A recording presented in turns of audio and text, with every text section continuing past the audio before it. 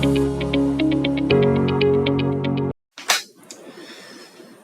Students, अस्सलाम वालेकुम। Continue करते हैं जो टॉपिक हमारा चल रहा है, कैपेसिटी एंड कंस्ट्रेंट मैनेजमेंट को। लास्ट सेशन में मैंने ये डिस्कस किया था कि कैपेसिटी क्या होती है, इसकी सिग्निफिकेंस क्या होती है, शॉर्ट टर्म प्लानिंग कैसे करते हैं, long term intermediate range planning कैसे होती है, और कौन कौन से ऑप्शंस हमारे पास लॉन्ग रेंज प्लानिंग में होते हैं। इसके अलावा मैंने ये भी डिस्कस किया था design capacity, effective capacity, utilisation, efficiency वगैरह हम कैसे निकालते हैं। अच्छा, एक बात मेरे जहन में आई तो वो थोड़ा सा पहले मैं ज़रा लेक्चर स्टार्ट करके डिस्कस कर लूँ, क्योंकि कैपेसिटी को हम डिस्कस कर रहे हैं। कैपेसिटी ज़्यादा होनी चाहिए या कम होनी चाहिए, ये बड़ा स्ट्रेटेजिक डिसीजन होता है किसी भी ऑर्गेनाइजेशन के लिए। मिसाल के तौर पर अगर मैं आपसे ये कहूँ कि एक ऑर्गेनाइजेशन की जो डिमांड है वो एक मंथ के अंदर 2000 यूनिट की है, यानी कि 1000 एक महीने में 2000 यूनिट उसको चाहिए होते हैं या बिकते हैं उसके, लेकिन वो उसकी जो कैपेसिटी है वो 25,000 यूनिट बनाने की है। अब ये फेवरेबल कंडीशन है या अनफेवरेबल कंडीशन है? आपके जहन में ये आ रहा होगा यह तो बड़ी फेवरेबल कंडीशन है, क्योंकि जितनी रिक्वायरमेंट है प्रोडक्शन की कैपेसिटी उससे कहीं ज़्यादा है। अगर कभी फ्यूचर में डिमांड बढ़ गई तो हम ज़्यादा भी बना सकते हैं, तो हमारे पास तो एक्सेस कैपेसिटी मौजूद है, तो बड़ी फेवरेबल कंडीशन है। तो इसमें मैं आपसे ये कहना चाहूँगा कि ये बहुत ही ज़्यादा अनफेवरेबल कंडीशन है। इसमें ऑर्गेनाइजेशन बुरे तरीके से लॉस में जाएगी। क्यों लॉस में जाएगी जी? कॉन्सेप्ट क्या है इसके बिहाइंड? जितनी ज़्यादा कैपेसिटी को बढ़ाते चले जाएंगे, ऊपर लेके जाते चले जाएंगे, आपकी फिक्स कॉस्ट बढ़ती चली जाएगी। अगर आपकी कैपेसिटी 25,000 यूनिट बनाने की है तो उस पर कैपेसिटी के प्लांट की फिक्स कॉस्ट ज़्यादा होगी, वो आपको लॉस दे के जाएगा। यही वजह है कि जब डिमांड कम होना शुरू हो जाती है तो ऑर्गेनाइजेशंस अपने बड़े बड़े यूनिट्स को शट डाउन कर देती है। तो ये बड़ा कॉन्सेप्ट आपको यहाँ पे समझना पड़ेगा कि ऐसा ना हो कि हम कम डिमांड के लिए बहुत ज़्यादा कैपेसिटी का प्लांट लगा दें और बाद में सोचें कि यार ये तो हमें बहुत ज़्यादा क्या देखे जा रहा है, लॉस देखे जा रहा है। अभी फिर आगे लास्ट में हम जाके ब्रेक इवन भी जो हम निकालते हैं वो भी हम इसी मकसद के लिए निकालते हैं। तो जब भी कैपेसिटी को प्लान किया जाएगा तो first of all you must understand the demand. Demand कितनी है और उससे थोड़ी एक्सेस कैपेसिटी आपके पास होनी चाहिए, थोड़ी बहुत एक्सेस होनी चाहिए। ये नहीं कि यार जितनी डिमांड है उससे 5 टाइम्स एक्सेस आपके पास कैपेसिटी है। मिसाल के तौर पे अगर एक हम एजुकेशन से ताल्लुक़ रखते हैं तो एक यूनिवर्सिटी की एग्जाम्पल देते हैं हम। एक यूनिवर्सिटी के पास हर क्लास में 2 स्टूडेंट बैठे हुए, तो यूनिवर्सिटी लॉस में जाएगी या प्रॉफिट में जाएगी? भाई कहीं ना कहीं रेवेन्यू तो आ रहा है ना, 2 स्टूडेंट से अभी आ रहा है, बहुत बुरी तरीके से लॉस में जाएगी। एक क्लास को ऑपरेशनलाइज करवाने की फिक्स कॉस्ट है। उस क्लास में टीचर खड़ा हुआ फ्री में नहीं पढ़ाएगा, वो सिरली लेगा। उस क्लास की में हो सकता है मल्टीमीडिया भी चल रहा हो, उस क्लास में हो सकता है एसी भी चल रहा हो, वो इसकी फिक्स ऑपरेशनल कॉस्ट है, तो 2 स्टूडेंट से तो कवर नहीं होगी वो। तो इसका मतलब ये हुआ कि भाई capacity is directly proportional to the fix cost. ठीक है, तो ये बात हमें यहाँ पे अंडरस्टैंड करनी पड़ेगी। चलिए जी, अब थोड़ा सा हम आगे मूव डाउन करते हैं। Capacity consideration. ओके जी, अब मेरी इसी बात को थोड़ा सा मैं एलिब्रेट करना चाहूँगा यहाँ पर कि इकोनॉमी ऑफ स्केल हम किसे कहते हैं सप्लाई चेन के अंदर या इकोनॉमिक्स के अंदर। इकोनॉमी ऑफ स्केल इसे कहते हैं कि मिसाल के तौर पर ये एक माउस है ना, ये एक माउस है।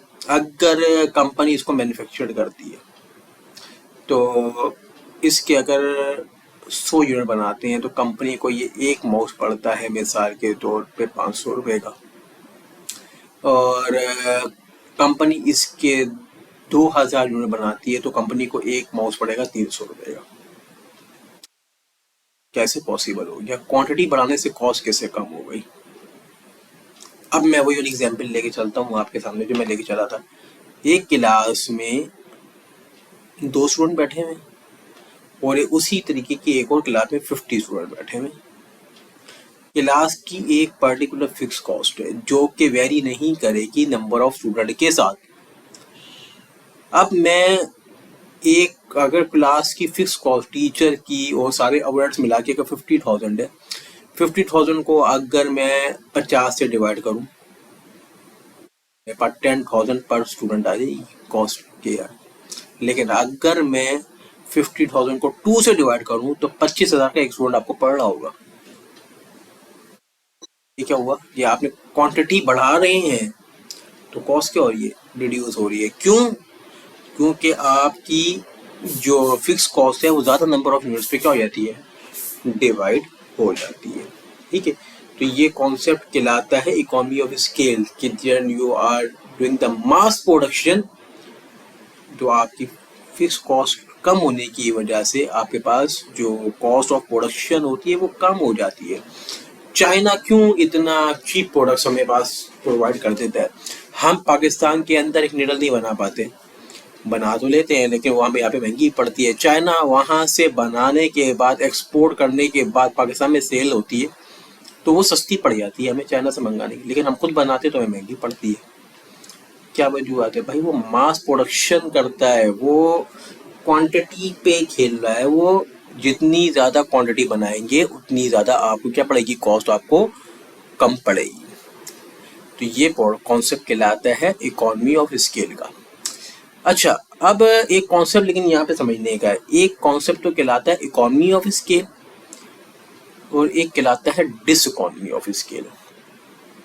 अब यहाँ पर देखें जी, यहाँ पे एक आपको एक सामने स्लाइड्स के ऊपर एक डायग्राम नज़र आ रही है ना। अब डायग्राम के अंदर है क्या कि जी यहाँ पे एक स्टोर्स की एक डायग्राम दी हुई है। तो यहाँ पे एवरेज यूनिट सेल्स दी हुई है और नंबर ऑफ यूनिट्स दी हुई है, नंबर ऑफ स्क्वायर फीट्स। यहाँ पे हम क्वांटिटी बढ़ा रहे हैं तो यहाँ पे वाई एक्सिस पे कॉस्ट है और यहाँ पे क्वांटिटी।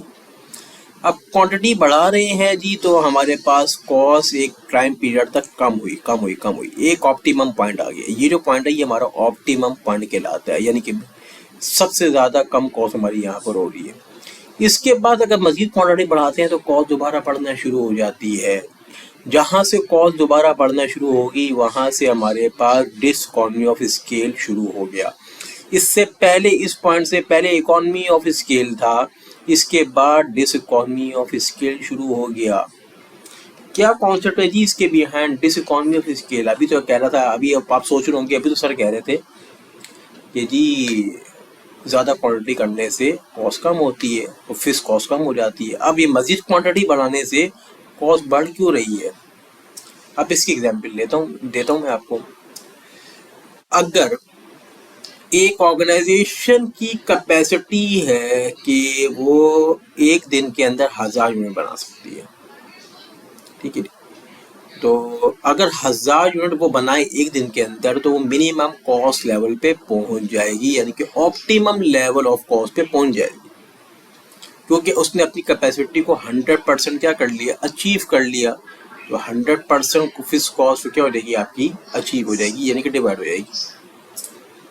लेकिन 1000 की कैपेसिटी है और आप 1500 बनाने की कोशिश करते हैं। अब 1500 बनाने के लिए क्या करना पड़ेगा? वर्कर्स को रोकना पड़ेगा, मशीन्स को ज़्यादा चलाना पड़ेगा। वर्कर्स को अगर रोकेंगे तो ओवर टाइम देना पड़ेगा, उनको फ्री में तो काम नहीं करेंगे वो। और भी बहुत सारे फैक्टर्स आपको इंक्लूड करने पड़ेंगे। अब ये सारे फैक्टर्स जो आप इंक्लूड कर रहे हैं, मशीनरी चला रहे हैं, वर्कर्स को ओवर टाइम करवा रहे हैं या पार्ट टाइम पे वर्कर बुलवा रहे हैं आप, इन सारी चीज़ों पे पैसे लगते हैं, फ्री में नहीं होंगे ये सारे काम। अब यहाँ से अगर ये काम फ्री में नहीं हो रहे तो यहाँ से आपकी कॉस्ट दोबारा बढ़ना स्टार्ट हो जाएगी। तो लिहाजा अब जो क्वांटिटी आप बढ़ाएंगे, कैपेसिटी से आगे लेकर जाएंगे, वहाँ से आपकी कॉस्ट दोबारा इंक्रीज होना शुरू होती है कम होने के बजाय। तो जहाँ से इंक्रीज होना शुरू हुई ना, उसी को हम क्या कहते हैं? डिस इकोनॉमी ऑफ स्केल कहते हैं। तो ये कॉन्सेप्ट हमें समझना पड़ेगा कि जी इकोनॉमी ऑफ स्केल कहते हैं किसे कहते हैं और डिस इकोनॉमी ऑफ स्केल किसे कहते हैं। जब क्वांटिटी बढ़ाने से कॉस्ट कम हो रही है, इकोनॉमी ऑफ स्केल है, एक पॉइंट आएगा ऑप्टिमम कॉस्ट हो जाएगी, उससे आगे क्वांटिटी लेके जाएंगे तो कॉस्ट दोबारा बढ़ना शुरू हो जाएगी और वही पॉइंट आपका डिस इकोनॉमी ऑफ स्केल कहलाएगा। ये बात हमें समझ लेनी है, ठीक है जी। तो उम्मीद है ये बात आपको समझ में आ गई होगी। अब जी आगे करते हैं बात। मसला क्या है, चैलेंज क्या है? मैचिंग करनी है डिमांड की कैपेसिटी के साथ। अब मिसमैच कब होता है? मिसमैच इन दो सिचुएशन में होता है जो कि इस टाइम आपके पास स्क्रीन पे लिखी हुई है। कब होता है जी? ये होता है कब? जब आपके पास डिमांड एक्सीड कर जाती है कैपेसिटी से, ठीक है जी। जब डिमांड एक्सीड कर जाती है यानी कि डिमांड ज़्यादा है लेकिन आपकी कैपेसिटी नहीं है उस डिमांड को मीट करने की, कि चलो फिर भी थोड़ी बहुत हम इसको फेवरेबल कंडीशन कहते हैं कि चलो कम डिमांड है, हम उसको कुछ ना कुछ करके मीट कर सकते हैं। अब इसको मैं आगे चल के बताऊंगा कि कैसे हम मीट कर सकते हैं। लेकिन मिसमैचिंग जब भी होगी तो डिमांड एक्सीड कर जाएगी कैपेसिटी से। ऐसी सूरत हाल के अंदर ऑर्गेनाइजेशंस क्या करती हैं कि आपके पास डिमांड को कर्टेल करने की कोशिश करती है, यानी कट करने की कोशिश करती है। मिसाल के तौर पे कि इलेक्ट्रिक वाले ये कहते हैं भाई बिजली कम इस्तेमाल करो, स्विच सॉर्टिंग गैस वाले भी कहते हैं कि भाई बिजली क्या करें आप एहतियात से इस्तेमाल करें। वो कभी भी नहीं कहेंगे कि यार कि आप ज़्यादा बिजली इस्तेमाल करेंगे तो हम आपको डिस्काउंट दे देते हैं। के इलेक्ट्रिक वाले तो कहते हैं ज़्यादा बिजली इस्तेमाल करेंगे तो आपकी यूनिट प्राइस बढ़ा दूंगा मैं। तो डिस्करेज कर रहे हैं वो आपकी चीज़ को, इस्तेमाल को, ज़्यादा इस्तेमाल को डिस्करेज कर रहे हैं वो। हालांकि उनको तो प्रॉफिट हो रहा है ज़्यादा इस्तेमाल करने से, लेकिन वो डिस्करेज कर रहे हैं। क्यों? क्योंकि जितनी डिमांड है उस डिमांड के मुताबिक उनकी सप्लाई नहीं है। तो जब सप्लाई नहीं है तो डिमांड को मीट नहीं कर पा रहे, तो किसी तरीके से डिमांड को कम करने की कोशिश कर रहे हैं वो। और अल्टीमेटली होता ये है कि ऐसी सूरत हाल के अंदर प्राइजेस कहाँ चली जाती हैं? ऊपर चली जाती हैं। आपने अमूमन प्रैक्टिकली देखा होगा जो भी चीज़ मार्केट से शॉर्ट होती है तो महंगी बिकना शुरू हो जाती है। अब जिस बंदे के पास चीज़ कम क्वांटिटी में है तो उसकी वैल्यू ज़्यादा है, लोग डिमांड कर रहे हैं लेकिन है नहीं, तो जो डिमांड कर रहे हैं वो हाई प्राइस पे करने के लिए भी तैयार हो जाते हैं। तो आपने देखा होगा मार्केट के अंदर जो भी चीज़ शॉर्ट होती है वो ज़्यादा प्राइस के अंदर बिकना स्टार्ट हो जाती है। तो ये भी एक फैक्टर है। इसके अपोजिट फैक्टर ले लेते हैं, कैपेसिटी ज़्यादा है लेकिन डिमांड नहीं है, डिमांड कम है। व्हेन कैपेसिटी एक्सीड डिमांड, ये जो दूसरा पॉइंट लिखा हुआ है जी यहाँ पे स्लाइड्स पे, व्हेन कैपेसिटी एक्सीड डिमांड, जब कैपेसिटी डिमांड से एक्सीड कर जाएगी ना तो फिर आपके लिए एक और बड़ा मसला है कि अब यार इतनी बड़ी कैपेसिटी का प्लांट लगा हुआ है लेकिन बना नहीं सकते। क्यों नहीं बना सकते? बना के लेके कहाँ जाएंगे? आगे खरीदने वाला कोई नहीं है, डिमांड नहीं है आगे। तो अब firm want to simulate demand through price reduction. अब यहाँ पे फर्म्स प्रमोशंस लगाती है, प्राइस को रिड्यूस करती है, मार्केटिंग करती है, एडवर्टाइजमेंट करती है, ताकि किसी तरीके से कस्टमर की एंड पे डिमांड को पुश करने की कोशिश करती है, ठीक है। तो ये हमारे पास स्ट्रेटजी होती है। यहाँ पे आपको प्राइजेस कम करनी पड़ेंगी, बढ़ा नहीं सकते हो क्योंकि डिमांड पहले ही कम है। जब डिमांड पहले ही कम है, प्राइसेस ऊपर लेके जाएंगे तो डिमांड कोलैप्स कर जाएगी आपकी। आपको डिमांड को इन्फ्लुएंस करवाना है, डिमांड को पुश करना है, तो पुश करने के लिए प्रमोशंस चलानी है, एडवर्टाइजमेंट करनी है, by one get one free की ऑफर देते हैं, 70% ऑफ की ऑफर देते हैं। ऐसा आपने बहुत सी जगहों पे देखा होगा। तो ये हमारे पास एक टेक्निक होती है कि हम क्या करेंगे जी, हम डिमांड को पुश करने की कोशिश करेंगे। कब? जब कैपेसिटी ज़्यादा है लेकिन डिमांड कम है, कैपेसिटी एक्सीड्स डिमांड, ठीक है। तो ये हमें समझना पड़ेगा यहाँ पे। ओके जी, अब ये ग्राफ बड़ा इंपॉर्टेंट है ना जो इस वक्त आपके सामने शो हो रहा है। अच्छा, when demand is seasonal in nature, seasonal pattern के ऊपर डिमांड होती है। तो कुछ प्रोडक्ट ऐसी होती हैं जो कि जिग-जैग सीजनल पैटर्न पे चल रही होती है। एक पर्टिकुलर पैटर्न के ऊपर अप जाती हैं, सेम उसी पैटर्न से नीचे आती हैं और सेम वही पैटर्न जब रिपीट होता है तो दोबारा ऊपर जाती है। तो ये जिगजैग पैटर्न एक डिमांड का चल रहा होता है, जिसको हम अमूमन seasonal pattern of the demand कहते हैं। अब मसला ये है कि अगर डिमांड की नेचर सीजनल है और मेरे पास कैपेसिटी तो फिक्स्ड है कि मेरा जो प्लांट है वो मिसाल के तौर पे 15,000 यूनिट बना सकता है, और मेरे पीक सीजन में डिमांड जाती है जी 15,000, लेकिन पीक जो मेरा लो डिमांड सीजन होता है उसमें तो वो 3,000 पे आ जाती है। अब क्या करें जी, इस बाकी 3,000 में बाकी के जो 12,000 यूनिट्स की कैपेसिटी है उसको मैं कहाँ लेके जाऊँ? डिमांड ही नहीं है, चैलेंजिंग है। ओके जी, अब ऐसी चीज को फिर मैनेज कैसे किया जाए, क्या स्ट्रेटजी होनी चाहिए आपके पास एज अ ऑपरेशन मैनेजर, आपके पास क्या स्ट्रेटजी होनी चाहिए? अब इसकी एग्जांपल देता हूं कि एक आइसक्रीम पार्लर वाला है। आइसक्रीम ज़्यादा लोग खाते हैं गर्मियों में, जब बहुत ज़्यादा सर्दियां पड़ती हैं तो लोग आइसक्रीम के बजाय कॉफ़ी पीना स्टार्ट कर देते हैं। तो एक आइसक्रीम पार्लर वाला सर्दियों के अंदर कॉफ़ी लगा लेता है। इसको कहते हैं काउंटर सीजनल प्रोडक्ट। एक प्रोडक्ट जो कि सीजनल है उसी के काउंटर सीजनल एक और प्रोडक्ट होगी, यानी कि जिस पर्टिकुलर डिमांड के अंदर एक प्रोडक्ट की डिमांड नीचे रहेगी तो दूसरी प्रोडक्ट की डिमांड उसी सीजन के अंदर ऊपर जा रही होगी। तो अब एवरेज डिमांड दोनों की मिला के तकरीबन क्या हो जाएगी? सेम हो जाएगी, सेम पैटर्न के ऊपर आ जाएगी, स्ट्रेट लाइन के ऊपर चली जाएगी। ये स्ट्रेटजी है। अब ये जो ग्राफ जो ये आपके पास स्लाइड्स पे शो हो रहा है ना, इसको जरा समझने की कोशिश करते हैं। यहाँ पे दो एग्जांपल्स दी हुई हैं। देखें जी, जब दो टाइप के सीजन होते हैं। जब एक बर्फबारी हो रही होती है तो उसमें स्नोबॉल मोटर्स की सेल बढ़ जाती है, और जब बर्फबारी नहीं होती तो हमारे पास जेट्स की जो स्किन की जो सेल है वो बढ़ जाती है। तो जब बर्फ पिघल जाती है तो पानी के अंदर जेट्स की चलती है, और जब बर्फ जमी हुई होती है तो स्नोबॉल मोटर्स चलती हैं उसके ऊपर। तो दोनों काउंटर सीजनल प्रोडक्ट हैं। तो अब यहाँ पे अगर एक कंपनी दोनों प्रोडक्ट बना रही है तो एक प्रोडक्ट की डिमांड ऊपर जा रही है, सेम उसी टाइम पीरियड पे दूसरी प्रोडक्ट की डिमांड नीचे आ रही है, और जब इसकी नीचे जा रही है तो दूसरी प्रोडक्ट की कहाँ जा रही है? ऊपर जा रही है। तो यहाँ पर ये देखें जी, ये है हमारे पास काउंटर सीजनल पैटर्न। और जब इन दोनों की डिमांड का एवरेज निकाला जाएगा, कंबाइन किया जाएगा, तो आप यहाँ पे देखिए ऊपर ये दोनों की कंबाइन डिमांड दी हुई है, जो कि लाइट ब्लू कलर के ग्राफ आपको शो हो रहा है। ये कंबाइन है डिमांड पैटर्न, जिसके अंदर क्या हो गई? वेरिएशन रिड्यूस हो गई, टोटल डिमांड वेरिएशन रिड्यूस हो गई। कंबाइन जो डिमांड थी, इंडिविजुअल को देखे तो वेरिएशन कितनी है, लेकिन कंबाइन को देखे तो वेरिएशन कम है। क्यों कम हो गई वेरिएशन? क्योंकि एवरेजली जब एक ऊपर जा रहा था तो दूसरा नीचे आ रहा था, जब दूसरा नीचे जा रहा था तो पहला वाला ऊपर जा रहा था, तो कंबाइन करके वो सेम पैटर्न पे आ गया। तो ये एक स्ट्रेटजी होनी चाहिए। अगर आपकी जो प्रोडक्ट है 100% सीजनल पैटर्न के ऊपर है, तो आप ये देखें कि लो डिमांड सीजन के अंदर मैं करूँगा क्या? मेरे पास एक ऐसी प्रोडक्ट होनी चाहिए जो कि उस सीजन के अंदर ज़्यादा बिकती होगी।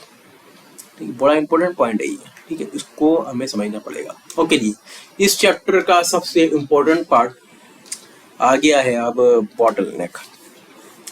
बॉटलनेक की डेफिनेशन को स्किप कर रहा हूँ मैं, बाद में इस स्लाइड में मैं वापस आऊँगा। क्यों स्किप कर रहा हूँ बाद में बताऊँगा। ठीक है, बॉटलनेक क्या होता है बाद में बताऊँगा। थोड़ा सा पहले हम आगे चलते हैं। ओके, बाजुकात होता ये है कि एक प्रोडक्ट जब एक प्रोडक्शन फ्लोर पे चल रही होती है ना, तो वो मल्टीपल स्टेशन से गुजर के बनती है। अब आपके सामने इस टाइम पे स्लाइड शो हो रही है। ये क्या है? ये बता रहा है कि जी हमारे पास एक प्रोडक्ट है जो कि 4 डिफरेंट स्टेशन से गुजर के बनती है। ए स्टेशन पे से प्रोडक्ट स्टार्ट होती है, फिर बी पे जाती है, फिर सी पे जाती है, और फिर डी पे जाके एंड हो जाती है, फिनिश हो जाती है। डी से जब निकलेगी तो वो हमारे पास क्या होगी? फिनिश प्रोडक्ट होगी। अब यहाँ पे समझने की ये चीज़ है कि हर स्टेशन का टाइम डिफरेंट है। ए स्टेशन पे लिखा हुआ है 2 मिनट, यानी कि ए स्टेशन 1 यूनिट को प्रोसेस करने में 2 मिनट लेता है, बी स्टेशन 4 मिनट लेता है, सी स्टेशन 3 मिनट लेता है और डी स्टेशन 2 मिनट लेता है। ठीक है जी, अब यहाँ पे समझना पड़ेगा। अब जी आप लोगों से मेरा सवाल है, आप ऑपरेशन मैनेजर हैं और इस असेंबली लाइन के आप ऑपरेशन मैनेजर हैं, आपसे पूछा जाए कि इस असेंबली लाइन की कैपेसिटी क्या है, कितनी देर के अंदर एक कार्टन पैक होके निकलता है जी। अब आपको खुद भी नहीं पता कि यार कितनी देर में निकलता है। आपको अगर चेक करना हो कि कितनी देर में निकलता है तो आप कहाँ जाएंगे जी, आप जाएंगे स्टेशन डी के ऊपर, जाके आप खड़े हो जाएंगे इस जगह पर, बोलेंगे यहाँ पे जितनी देर में प्रोडक्ट मुझे फिनिश होके मिलेगी वही मेरी क्या होगी, कैपेसिटी होगी। बिल्कुल ठीक बात है जी ये, कि मैं बिल्कुल डी स्टेशन पे आके खड़ा हो जाऊंगा। लेकिन एक बात, सवाल यहाँ पे मेरा है, इस टाइम पे जो टाइम ड्यूरेशन आ रहा है, ए 2 मिनट ले रहा है, बी 4 मिनट ले रहा है, सी 3 मिनट ले रहा है और डी 2 मिनट ले रहा है। अब मैं आपसे पूछूं, अगर बिल्कुल आइडियल सिचुएशन में सारे स्टेशन काम कर रहे हो तो डी स्टेशन से बाहर, डी स्टेशन से आपको कितनी देर के अंदर 1 यूनिट फिनिश होके मिल रहा होगा? बहुत सारे लोग इस पर जवाब देते हैं सर 2 मिनट, क्योंकि डी का टाइम कितना है, 2 मिनट है भाई। बहुत सारे लोग कहते हैं जी 11 मिनट, सबको ऐड कर लेते हैं जी 11 मिनट, 2 + 4 + 3 + 2 11 मिनट। ठीक है, तो ये भी एक आंसर देते हैं लोग, ज़्यादातर लोग देते हैं 2 मिनट। भाई डी पे टाइम कितना लगेगा, 2 मिनट। इसमें 2 टाइम है, इस असेंबली लाइन में 2 किस्म के टाइम है।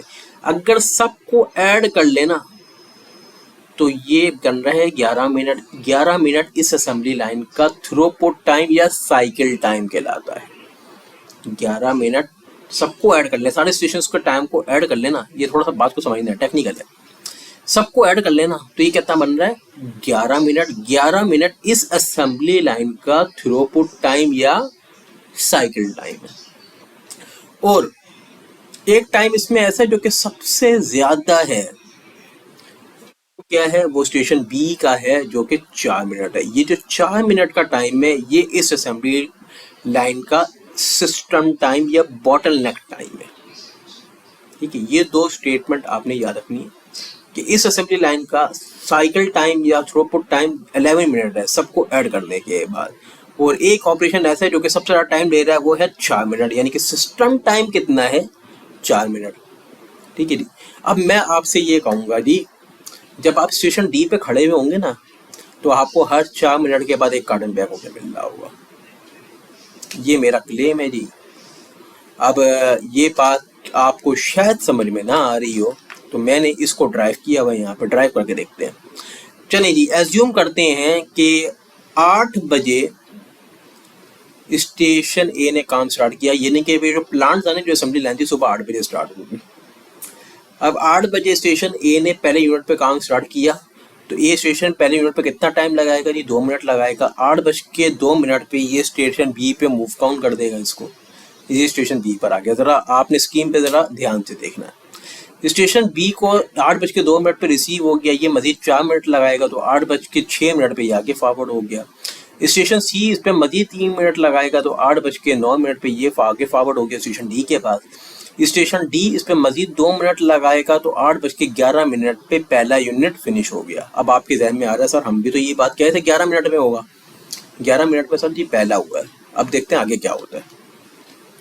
अब बात ये है कि ए स्टेशन क्या 8:02 पे फ्री हो गया था ना, 8:02 पे से पहला यूनिट फ्री कर दिया था तो 8:02 पे अगले यूनिट पे काम शुरू कर देगा। मैंने कहा है कि आइडियल सिचुएशन चल रही है अभी, 8:02 पे ये दूसरे यूनिट पे काम कर शुरू कर देगा तो 8:02 पे शुरू कर देगा तो मजीद कितना टाइम लेगा, 2 मिनट, तो 8:04 पे ये आगे फॉरवर्ड कर देगा।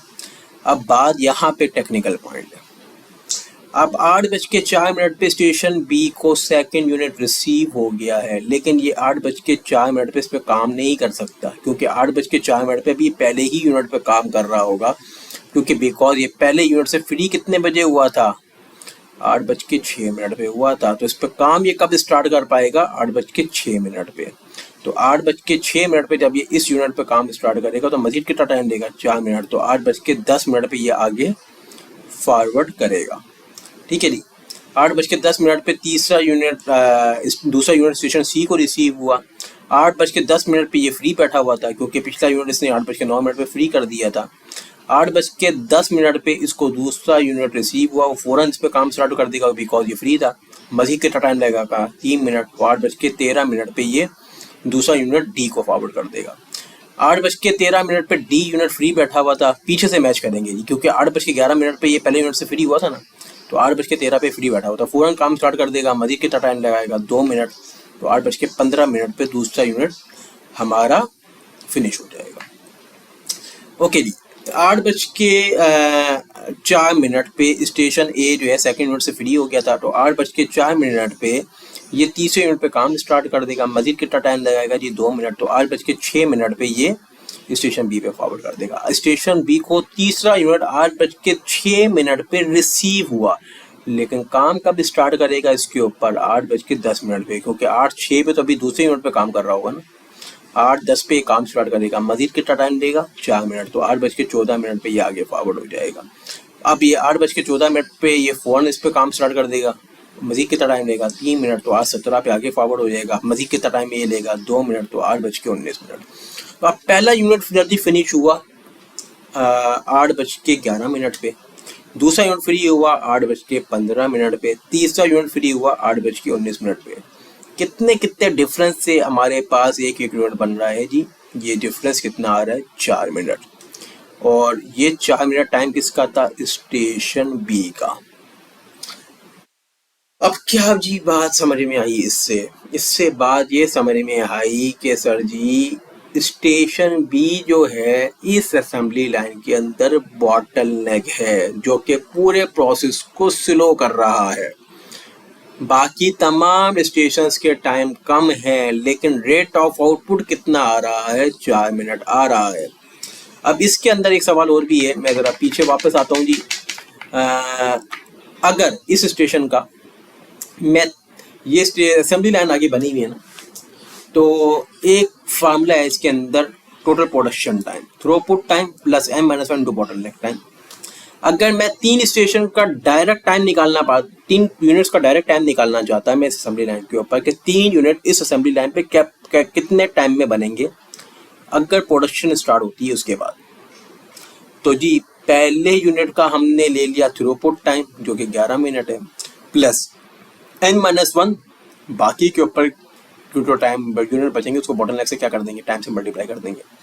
अब अगर देखें तो इसका थ्रूपुट टाइम कितना है 11 मिनट, तो 11 मिनट मैंने थ्रूपुट टाइम की जगह लिख दिया है यहाँ पे n-1 का मतलब ये है कि मैं 3 मिनट का टाइम निकालना चाह रहा हूँ, तो n-1 कितना होगा 2, तो 3-1 मैंने यहाँ पे लिख दिया मल्टीप्लाई पर 4, तो ये कितना आ रहा है 19 मिनट, यानी कि 3 यूनिट कितनी देर में बनेंगे 19 मिनट के अंदर। और जो हमने असेंबली लाइन बनाई थी इसके अंदर तीसरा यूनिट कितने बजे फ्री हुआ था 8:19 पे, प्रोसेस स्टार्ट कब हुआ था 8 बजे, और तीसरा यूनिट कितने बजे फ्री हुआ 8:19 में, तो 3 यूनिट बनने में टाइम कितना लगा 19 मिनट।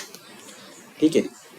अब क्या बात समझ में आई इस पूरी डेरिवेशन से, हमें इससे ये बात समझ में आई है कि इस पर्टिकुलर सिचुएशन में जो बी ऑपरेशन है वो बॉटलनेक है, वो बाकी ए का टाइम, सी का टाइम, डी का टाइम सबको 1-1 मिनट कर दें, लेकिन बी अगर 4 मिनट रहेगा तो रेट ऑफ आउटपुट 4 मिनट ही होगा।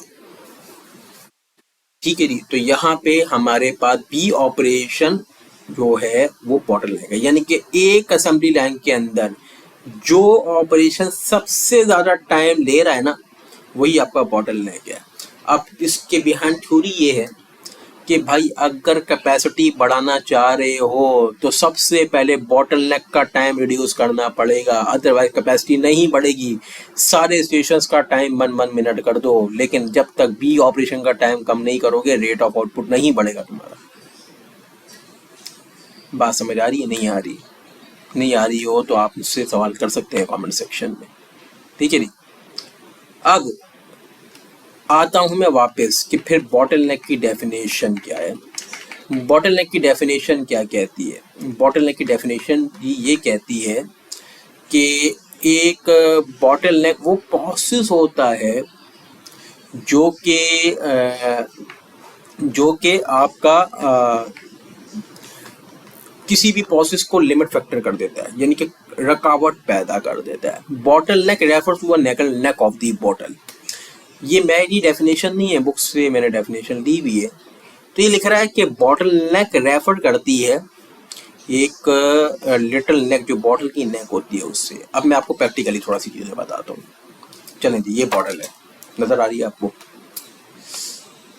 ये बॉटल है ना, इसकी जो शेप है वो ऐसे बनी हुई है कि नीचे से चौड़ी है और ऊपर से आके ये पतली हो जाती है। तो ये जो जगह है ना इसकी, ये इसकी नेक कहलाती है बॉटल नेक। इसमें थोड़ा सा पानी मौजूद है बॉटल में। अब जब इससे पानी को फ्लो करवाया जाएगा तो पीछे से पानी बड़ी स्पीड में आता है और यहाँ पे आके रुकना शुरू हो जाता है, ताकि पानी यहाँ से लाके उसको स्लो करवाया जाता है जानबूझ के। अब एक और ऐसी बोतल लेते हैं जो उसका मुंह बड़ा हो, या एक और ऐसी बोतल लेते हैं उसको हम इस जगह से काट दें यहाँ से।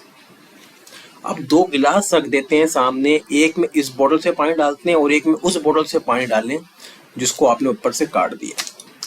तो कौन सी बोतल से पानी जल्दी भरेगा गिलास में? जवाब दीजिएगा आप मुझे। आपके ज़हन में बिल्कुल ये आ रहा होगा कि जिसका ऊपर से हमने काट दिया होगा, जिसका मुंह बड़ा होगा, उससे पानी जल्दी भर जाएगा क्योंकि उसके ऊपर से मुंह बड़ा है।